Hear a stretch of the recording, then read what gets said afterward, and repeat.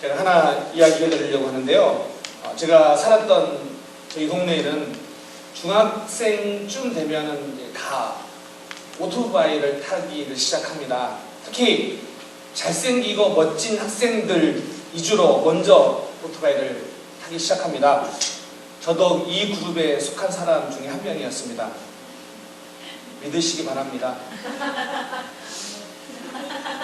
마치 그 영화에 보면 오토바이를 이렇게 막 타고 가는데 폼을 잡기 위해서 어떤 일을 하냐면요, 난방을 단추를 잠그지 않습니다. 그러면 이렇게 오토바이를 타면 난방이 이렇게 뒤로 날개처럼 이렇게 탁 퍼집니다. 그리고 좀 이쁜 여학생이 걸어가고 있으면 그 앞을 더 속력을 내서 달립니다. 그러면 좀 이렇게 멋있어 보이는 그런 제 생각이었습니다. 그렇게 살았습니다. 근데 좀 이렇게 추운 날 보면 주로 시골이라 헬멧을 쓰지 않고 이렇게 오토바이를 탔기 때문에 이렇게 팍 빨리 달리면 이렇게 눈에서 이렇게 눈물이 이렇게 씩 흐릅니다. 그러면 스스로 생각합니다. 나는 정말 멋있는 사람이야. 그러다가 제가 한날 바닷가로 오토바이를 타러 갔습니다. 막 너무 재밌게 거기에서 오토바이를 타고 지나다가 모래가 많은 곳을 지나면서 그 모래 때문에 오토바이를 제가 핸들하지 못하고 넘어졌습니다. 아주 빠른 속도로 달리다가요. 그래서 이제 딱 보니까 오토바이가 멀쩡하더라고요. 다행이다라고 생각했는데 보니까 제 다리가 그 배기통에 이렇게 대어서 타고 있는 겁니다. 그래서 깜짝 놀라서 봤더니 상당히 큰 부분이 상처가 난 거예요. 그래서 이거를 부모님께 말씀드리지도 못하고 저 혼자 방에서 몰래 소독하고 이렇게 하다 보니까 낫긴 나았는데 지금까지 30년이 지났는데 제 다리에는 그 흉터가 남아 있습니다. 그래서 제 오른쪽 다리에 보면 제법 지금도 선명하게 보이는 제법 큰 상처가 남아 있죠. 제가 가끔 이 다리의 상처를 보면서 저는 이런 생각을 합니다.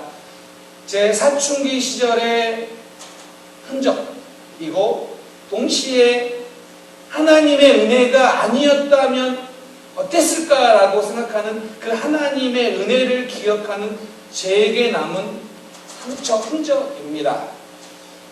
아마 여러분들이 살아가면서 여러분들 인생에도 이런 흔적 하나쯤은 다 가지고 살아갈 것이라 생각합니다.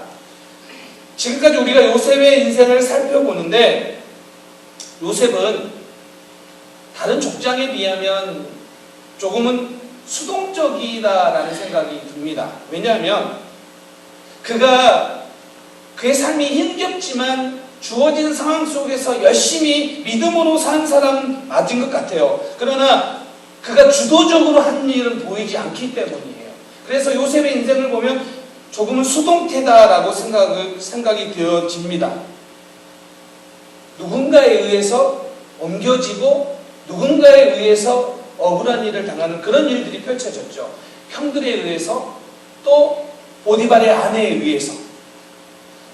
더군다나 요셉의 생애를 보면 하나님도 수동적으로 나타나고 있다라고 보여져요. 왜냐하면 아브라함과 이삭과 야곱의 인생 중에서는 하나님이 나타나셔서 말씀하신 경우가 있었어요. 그런데 요셉의 인생을 보면 하나님이 나타나셔서 말씀하신 것이 없어요. 더군다나 꿈에서도 하나님이 직접 말씀하시지는 않는다는 거죠. 그렇기 때문에 요셉의 인생을 보면 요셉도 수동적인 것처럼 보이지만 하나님도 수동적이다라는 것처럼 느껴질 때가 있습니다. 그런데 마치 하나님이 뒤에 숨어 계시는 것처럼 보이지만 하나님은 하나님의 때에 하나님의 방법으로 하나님의 뜻을 이루고 계시는 것을 우리는 요셉을 통하여 볼 수 있습니다. 오늘 본문의 내용이 그런 이야기입니다. 요셉이 17살에 노예로 팔려왔습니다. 그리고 지금 요셉의 나이가 몇 살이냐면 약 28살 정도 됐습니다. 그러면 지금 11년 동안 노예로 또 제수로 살아가고 있는 때입니다. 어쩌면 지금 요셉의 생애를 보면 요셉이 지난 11년을 생각하면 억울한 일도 당했고 노예였고 죄수였기 때문에 참 힘들겠다라는 그런 생각을 할 거예요. 그런데 이 11년 만에 그동안 보이지 않았던 하나님의 흔적들이 이제 선명하게 드러납니다. 11년 전에 꿈을 꾸고 그 꿈 때문에 미움을 받고 또 노예로 팔려왔는데 11년 후에 다시 요셉이 꿈을 통하여 하나님의 흔적을 경험하는 사건이 나타나게 됩니다. 오늘 40장의 이야기가 그거입니다. 요셉이 갇힌 감옥에 바로 왕의 신하 2명이 들어오게 됩니다. 그리고 어느 날 그들이 꿈을 꿉니다. 근데 신비한 꿈을 꿨는데 그 꿈을 해석해 줄 사람이 없습니다. 그래서 얼굴에 근심이 가득합니다. 그걸 보고 요셉이 묻습니다. 그랬더니 그들이 그렇게 말하는 거죠. 꿈을 꿨는데 해석할 사람이 없다. 해석해 줄 사람이 없다. 그러자 요셉이 그렇게 이야기합니다. 40장 8절에 오늘 본문에 해석은 하나님께 있지 아니하니까 그러니 내게 이루소서. 해석은 하나님께 있다라는 거예요. 그러니까 나에게 말하라는 거예요. 그리고 실제로 요셉이 그 꿈을 해석해주고 그 꿈대로 됩니다. 그래서 40장에 보면 술 맡은 간원의 꿈을 해석해주고 그렇게 말합니다. 당신이 잘 되거든. 나를 생각하시고 내게 은혜를 베풀어 내 사정을 바로 왕에게, 애굽 왕에게 말해달라. 내가 지금 억울한 상황에 있다라고 그걸 이야기합니다. 부탁을 합니다. 그리고 실제로 이 요셉의 꿈의 해석대로 술 맡은 간원장은 그 누명이 벗겨져서 풀려나갑니다. 그리고 풀려나가긴 했는데 요셉이 부탁했던 그 이야기를 잊어버립니다. 잊어버리는데 어느 정도 잊어버리냐면 2년 동안 잊어버려요. 은혜를 베풀어 줬는데 그 은혜를 잊어버리는 거죠. 그런데 여기에서 이 단어가 어떤 단어? 생각하다라는 단어가 뭐냐면 히브리어로 차카르라는 단어인데 이게 기억하다라는 뜻이에요. 그러니까 이렇게 이야기한 거죠. 요셉이 술 맡은 간원장에게 내가 이 꿈을 해석해주고 밖으로 나가면 은혜를 잊게 되면 거기에서 바로의 왕궁에 들어가면 나를 기억해달라 라고 부탁을 하는 거죠. 2번이나 부탁을 합니다. 그래서 40장 14절에 보면 그 한 절에 기억해달라 이 자카르라는 단어를 2번이나 사용해요. 그런데 성경은 뭐라고 기록하고 있냐면 40장 23절에 보면 술 맡은 관원장이 요셉을 기억하지 못하고 잊었더라. 자카르라고 부탁했는데 뭐라고 하냐면 자카르 하지 못했다고 이야기하고 못했을 뿐만 아니라 잊어버렸다라는 거예요. 여러분 여기서 이 잊어버렸다라는 이 단어 앞에 언어 성경에 보면 한 단어가 더 있어요. 히브리 언어 성경에 에트라는 단어인데 이게 곧이라는 단어예요. 무슨 뜻이냐면 감옥에서 나가자마자 곧 즉시 요셉을 잊어버렸다. 어쩌면 지금 이 술 맡은 간원장은 요셉이 꿈을 해석해주고 밖에 나갔지만 그래서 복직되었지만 즉시 곧 의도적으로 잊어버렸다라고 기록하고 있는 게 이 언어의 의미예요. 여러분 생각해 보십시오. 우리가 이 땅을 살아가면서 누구에게 은혜를 베풀었는데 그래서 그렇게 이야기합니다. 혹시 잘 되거든 나를 기억해달라고. 근데 어떻게 했다고요? 그 은혜를 입었는데 곧 즉시 의도적으로 잊어버려요. 요셉이 얼마나 힘들고 억울한 상황일까요? 지금 이렇게 인생을 보면 형들의 배신이 있었어요.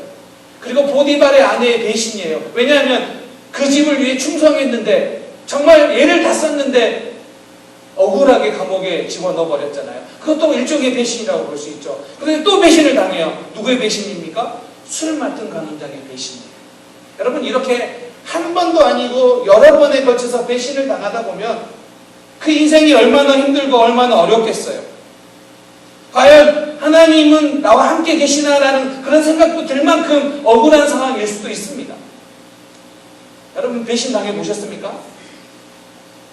우리 성도님들 너무 착해서 배신도 안 당하고 배신도 안 하고 우리는 그럴 거라고 믿어요.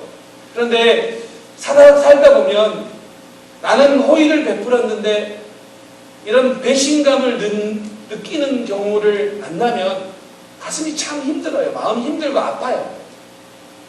물론 그 사건도 아프지만 내가 좋은 관계를 맺었던 그 관계가 틀어졌다는 것에 대해서도 마음이 힘들고 아파요. 그런데 말할 수 없는 배신을 3번이나 그 인생에서 당하고 있다는 거죠. 자, 그런데 이렇게 배신의 연속이고 고난의 연속인 것처럼 보이지만 하나님은 요셉을 기억하고 있다는 사실이에요. 술 맡은 간원장에게 자카르라고 부탁을 했는데 이 간원장은 자카를 하지 못하는지만 누가 자카를 하고 있어요? 하나님이 자카를 하고 있어요.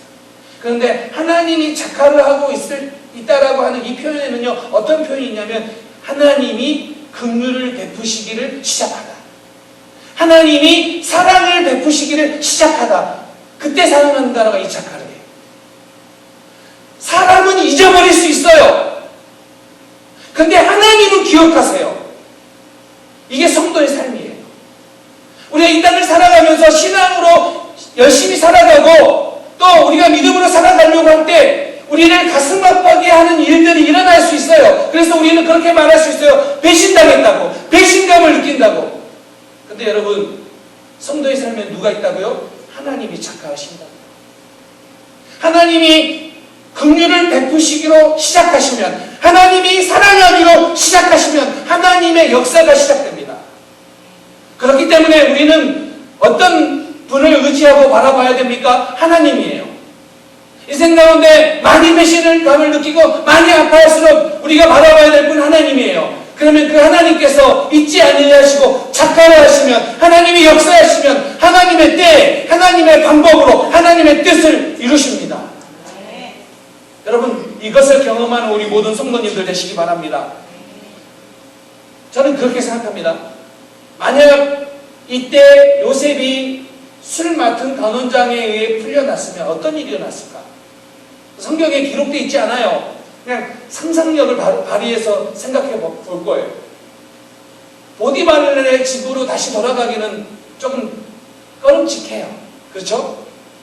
그 집에 못 돌아갔을 거예요. 아마 다른 집의 노예로 팔려갈 가능성이 많아요. 그러면 바로 왕궁에 들어가기가 어려워지는 거예요. 또 한 가지, 왕의 제수들이 가두는 이 감옥에 2년 동안 더 있어야 돼요. 앞으로. 근데 이 2년 동안 어떤 일이 일어났을까요? 이 감옥에 들어온 사람들은 다 누구예요? 바로의 신하들이에요. 왕의 신하들이에요. 왕궁에서 살아가는 사람들이었어요. 그러면 그곳에서 뭘 배웠을까요? 무슨 이야기를 들었을까요? 애굽의 정치, 경제, 문화, 사회 전반에 걸쳐서 다 들었을 거예요. 그런데 나중에 어떤 일이 일어나야 되죠? 총리로 사랑받아야 되잖아요. 그 총리가 되기 위해 필요한 모든 지식들을 다 정보들을 듣고 또는 배우고 경험한 곳이 바로 이 2년 동안의 감옥이었다라는 사실이에요. 그렇기 때문에 사람은 배신을 하고 그 배신감을 느끼고 때로는 이것이 고난의 연속이라고 느껴지지만 하나님은 그곳에서 그 실패를, 그 배신을 바꾸셔서 하나님의 섭리로, 하나님의 계획으로, 하나님의 역사하심으로 바꾸신다라는 사실이에요. 그래서 우리가 하나님을 의지해야 됩니다. 오늘 이 메시지를 통하여 이제부터 하나님의 흔적이 하나씩 드러나기 시작하는데 그 흔적들을 통하여 요셉은 믿음으로 살아갑니다. 저는 오늘 이 말씀을 통하여 여러분의 2가지의 메시지를 나누려고 합니다. 우리 인생 가운데 하나님의 흔적을 본다면 우리는 하나님의 때를 기다릴 수 있어야 됩니다. 때로는 지금 요셉의 인생이 내리막의 연속으로 되는 것처럼 보여요. 그리고 하나님조차도 요셉을 잊어버린 것처럼 보여요. 자, 그런데 꿈 때문에 시작된 고통이었는데 11년 만에 꿈을 꾸고 나서 요셉은 분명하게 이것이 하나님의 흔적임을 믿었을 거예요. 그렇기 때문에 그가 고백할 때 꿈의 해석이 누구에게 있다고 말해요? 하나님께 있다고 말해요. 자, 이제 다시 요셉이 하나님의 흔적, 하나님께서 요셉과 함께 하시는 그 흔적을 봅니다. 그리고 요셉은 그 흔적을 따라 여전히 그 고난의 상황 속에서도, 어려움의 상황 속에서도 믿음으로 살아냅니다. 하나님의 흔적을 볼 수 있다면 하나님의 역사를 기다릴 수 있는 믿음, 그때를 기다리는 것이 성도의 삶이라는 거예요. 서울여대 교수 중에 한 분이 흔적신학이라는 책을 썼어요. 흔적시학. 그런데 이 책을 보면 이렇게 이야기해요. 이 저자가, 이 교수님이 일반 대학에서 기독교 과목을 가르치다 보면 이런 질문을 많이 받는다고 해요. 나에게 하나님을 보여주면 믿겠다. 여러분 이런 이야기 해보신 적 있으세요? 들어보신 적 있어서 저도 많이 들었어요. 전도하다 보면 예수 믿으세요라고 하면 뭐라고 이야기하냐면 하나님을 나에게 보여주면 내가 믿겠다라고 이야기해요. 무슨 뜻이에요? 안 믿겠다고 작정한 거죠. 그런데 여러분 이 말에는 정말 큰 함정이 있어요. 왜냐하면 우리는, 인간은 직접적으로 하나님을 볼 수 있는 존재가 아니라는 거예요. 그러면서 이렇게 이야기를 합니다. 그림이 있어요. 근데 그 그림을 그린 화가는 그 그림 속에 등장하지 않아요. 그렇다고 해서 화가가 없는 것은 아니에요. 오늘 우리 교회도 멋진 그림이 있지 않습니까? 이 그림 안에 화가는 보이지 않아요. 그런데 화가는 그 그림을 창조한 사람이기에 독립적으로 존재하지만 그 그림 속에 발견하는 것, 그 그림 속에는 보이지 않지만 그 그림 속에는 그 화가의 흔적들이 남아있어요. 그래서 그 그림 안에는 화가의 생각과 화가가 남긴 흔적들, 내용들이 담겨져 있어요. 그래서 우리는 그 그림을 보며 그 화가를 생각할 수 있고 추측할 수 있다는 거예요. 그래서 그 그림을 묵상하는 동안 우리는 누구를 만나는 거예요? 그 화가를 만나는 거예요. 유성경이 쓴 문득 묻다라는 책에 보면 이런 이야기가 나옵니다. 밤송이에는 왜 가시가 있을까? 여러분 밤에는 왜 가시가 있을까요? 이 질문에 이렇게 대답을 합니다. 가시가 있는 이유는 자신을 보호하기 위해서다. 대부분의 과실들은 달콤함으로 동물들을 유혹한다. 그리고 그 동물들이 맛있게 먹고 씨앗을 뱉어달라고 한다. 그리고 그 씨앗으로 인하여 다시 자라게 된다. 그런데 밤은 그 자체가 열매이자 씨앗이기 때문에 먹혀서는 종족 보존이 되지 않기 때문이다. 그래서 상대방이 이 가시라는 것은 상대방을 공격하기 위해서 있는 것이 아니라 자신을 보호하기 위해서 있는 것이다 라고 하면서 밤의 가시 이유를 말하고 있습니다.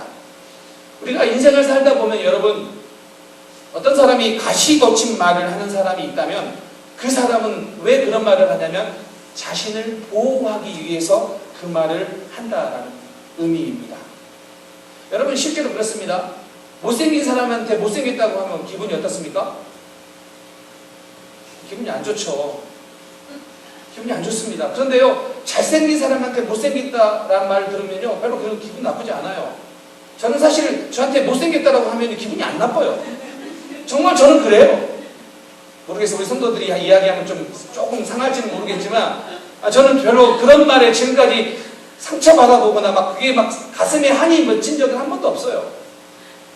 저희 집사님들이 무슨 자신감이냐고 저한테 그러죠. 그래도 자신감은 있어야죠, 제가. 근데 여러분, 신기하게도 산 정상에 가면 나무들이 대부분 다 작습니다. 그 이유가 무엇일까요? 그 나무들에는 가시도 없어요. 무슨 뜻일까요? 자기를 방어하지 않는다는 거예요. 그 산 정상에는 맹수나 그 나무들을 해칠 만한 것이 없기 때문에 그냥 단지 새들이 오거나 나비들이 오는 그런 곳이기 때문에 그곳에는 작은 나무 그리고 가시 돋친 그런 일들이 있지 않다라는 겁니다. 그래서 대부분의 나무가 작다라는 것이죠. 저는 이런 자연들의 이야기를 들으면 어떤 생각이 드냐면 그 자연 속에 하나님의 흔적이 숨어 있다. 그래서 믿음의 눈을 가지고 그 자연을 보면 그 하나님의 흔적들을 경험할 수 있다는 거예요. 저는 마찬가지로 우리의 삶 속에 하나님의 흔적이 숨어 있습니다. 그리고 우리가 믿음의 눈을 떠서 그 흔적들을 바라보면 우리는 하나님의 흔적, 우리 삶 속에 하나님이 남기고 가신 흔적들을 우리는 발견할 수 있다는 겁니다. 그리고 그때 어떻게 될까요? 우리는 하나님을 더 의지하게 됩니다.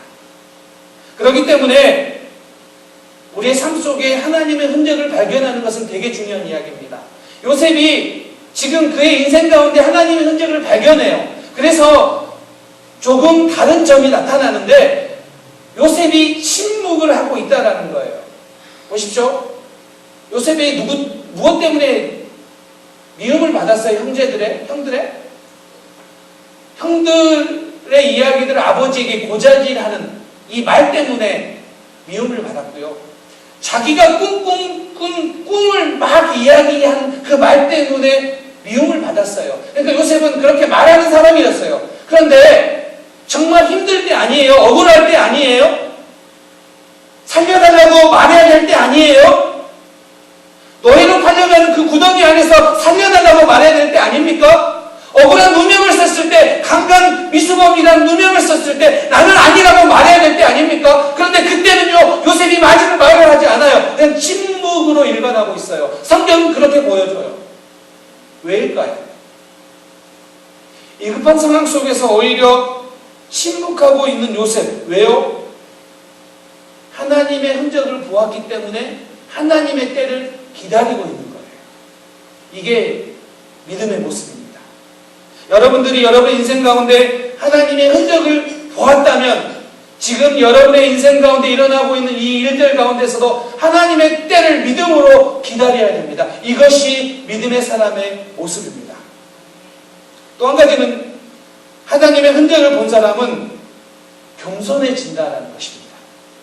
이제 41장으로 넘어가 보면 요셉이 바로 앞에 서게 됩니다. 그런데 그 바로 앞에 섰는데 요셉이 뭐라고 이야기하냐면 하나님께서 바로에게 편안한 대답을 하시리이다라고 말을 해요. 근데 저는 이 본문이 좀 이상해요. 왜냐하면 당시의 바로는 그냥 왕이지만 그냥 왕 정도가 아니라 신적인 존재예요.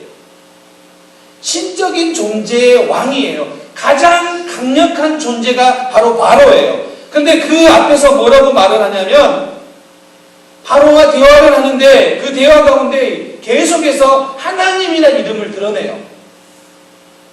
무슨 이야기냐면 하나님을 드러내면서 자기를 낮춰요. 자기가 하는 일이 아니라는 거예요. 하나님이 하시는 일이라는 거예요. 자기는 없다라는 거예요. 계속 그것을 강조해요.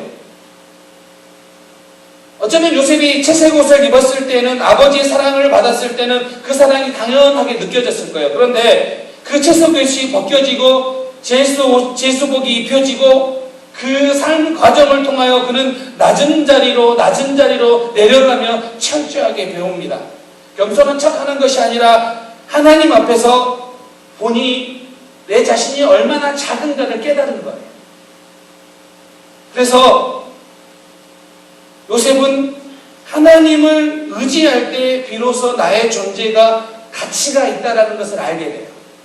하나님을 의지할 때 내 존재가 가치 있는 존재라는 것을 알게 되므로 어떤 일이 일어납니까? 그는 겸손해집니다. 이것이 그의 모습입니다.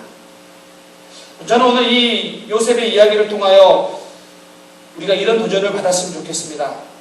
요셉의 꿈에도 그리고 두 번째 나타나는 이 두 간원의 꿈에도 그리고 이제 나타날 바로의 꿈에도 어디에도 하나님은 보이지 않아요.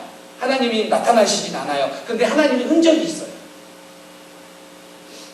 이 흔적을 보는 것, 이것이 우리에게 위로예요. 왜냐하면 오늘 우리의 삶 속에 하나님이 직접적으로 나타나시진 않아요.